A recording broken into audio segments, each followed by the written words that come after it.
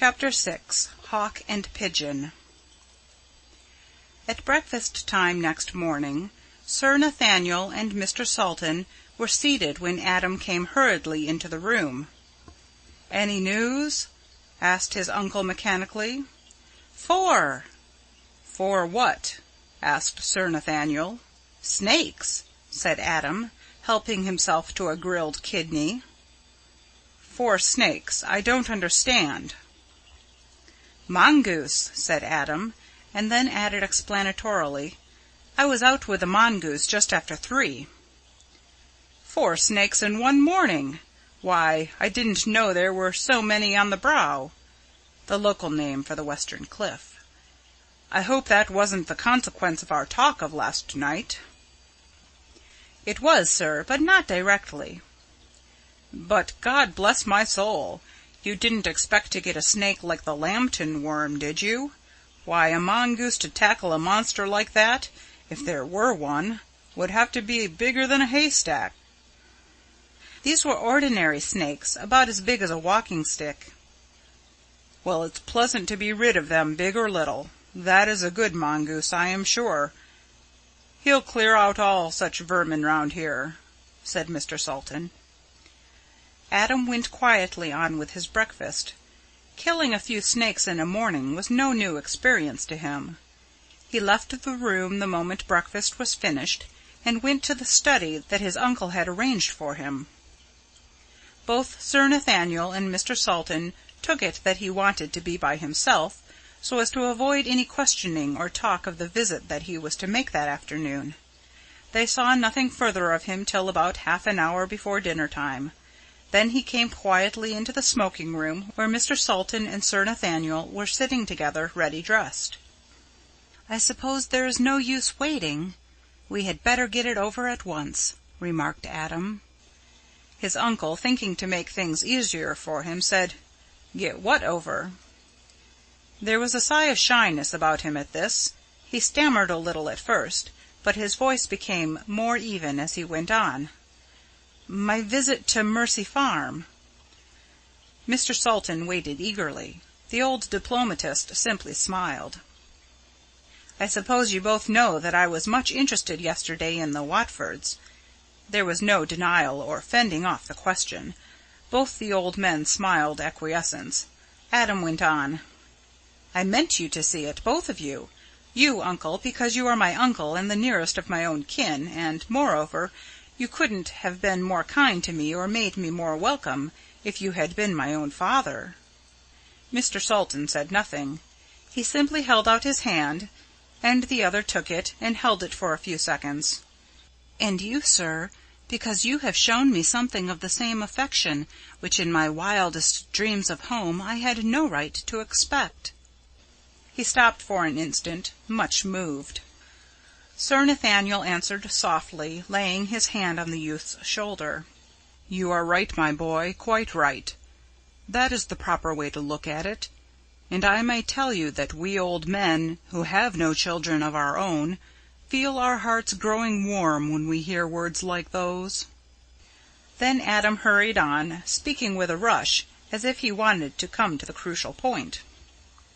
"Mr. Watford had not come in, but Lilla and Mimi were at home, and they made me feel very welcome. They have all a great regard for my uncle.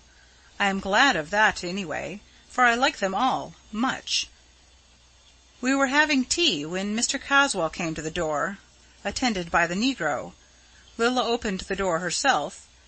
The window of the living room at the farm is a large one, and from within you cannot help seeing anyone come.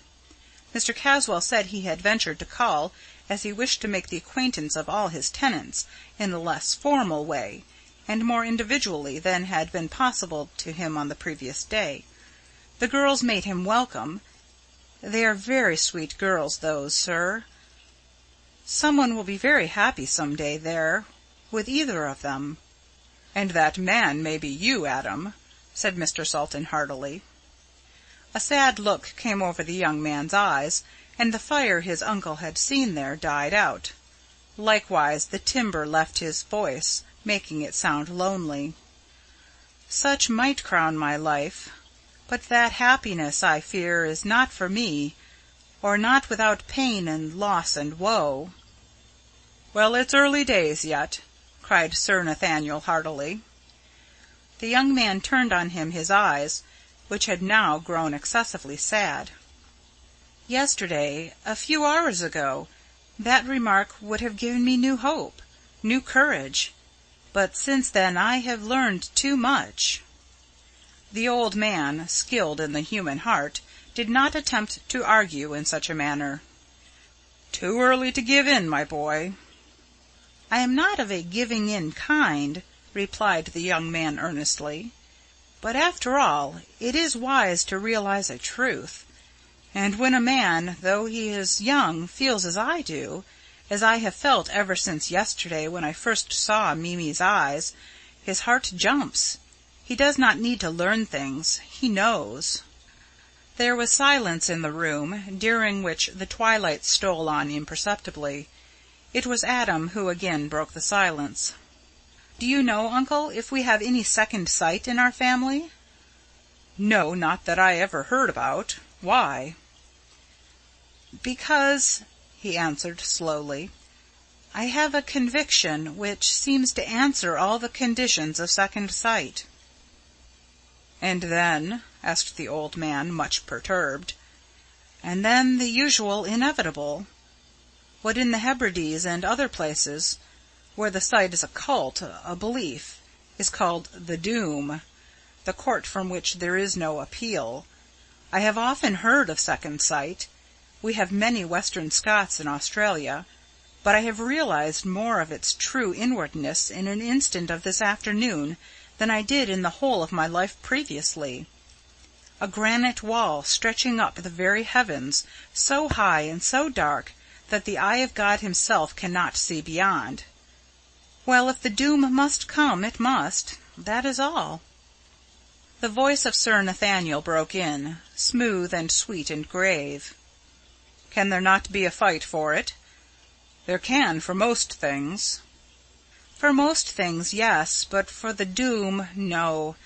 What a man can do, I shall do. There will be, must be, a fight. When and where and how I know not, but a fight there will be. But after all, what is a man in such a case? Adam, there are 3 of us." Sultan looked at his old friend as he spoke, and that old friend's eyes blazed. "Aye, 3 of us," he said, and his voice rang. There was again a pause, and Sir Nathaniel endeavoured to get back to less emotional and more neutral ground. "Tell us more of the meeting. Remember, we are all pledged to this. It is a fight à l'outrance, and we can afford to throw away or forego no chance." "We shall throw away or lose nothing that we can help. We fight to win, and the stake is a life. Perhaps more than one. We shall see." Then he went on in a conversational tone, such as he had used when he spoke of the coming to the farm of Edgar Caswell. When Mr. Caswell came in, the negro went a short distance away, and there remained. It gave me the idea that he expected to be called, and intended to remain in sight, or within hail. Then Mimi got another cup and made fresh tea, and we all went on together. "Was there anything uncommon? Were you all quite friendly?" asked Sir Nathaniel quietly. "Quite friendly. There was nothing that I could notice out of the common, except," he went on with a slight hardening of the voice, "except that he kept his eyes fixed on Lilla in a way which was quite intolerable to a man who might hold her dear." "Now, in what way did he look?" asked Sir Nathaniel. "There was nothing in itself offensive, but no one could help noticing it." "You did, Miss Watford herself, who was the victim, and Mr. Caswell, who was the offender, are out of range as witnesses. Was there anyone else who noticed?" "Mimi did. Her face flamed with anger as she saw the look." "What kind of look was it? Over ardent, or too admiring, or what? Was it the look of a lover, or one who fain would be? You understand?" "Yes, sir, I quite understand. Anything of that sort I should of course notice. It would be part of my preparation for keeping my self-control, to which I am pledged. If it were not amatory, was it threatening? Where was the offence?" Adam smiled kindly at the old man. "It was not amatory. Even if it was, such was to be expected. I should be the last man in the world to object, since I am myself an offender in that respect. Moreover, not only have I been taught to fight fair, but by nature I believe I am just. I would be as tolerant of and as liberal to a rival as I should expect him to be to me. No, the look I mean was nothing of that kind, and so long as it did not lack proper respect, I should not of my own part condescend to notice it. Did you ever study the eyes of a hound?" "At rest?" "No, when he is following his instincts. Or, better still," Adam went on, "the eyes of a bird of prey, when he is following his instincts. Not when he is swooping, but merely when he is watching his quarry." "No," said Sir Nathaniel, "I don't know that I ever did. Why, may I ask?" "That was the look. Certainly not amatory or anything of that kind, yet it struck me, more dangerous, if not so deadly as an actual threatening." Again there was a silence, which Nathaniel broke as he stood up.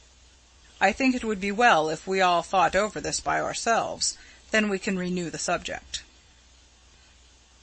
Chapter 7. This recording is in the public domain.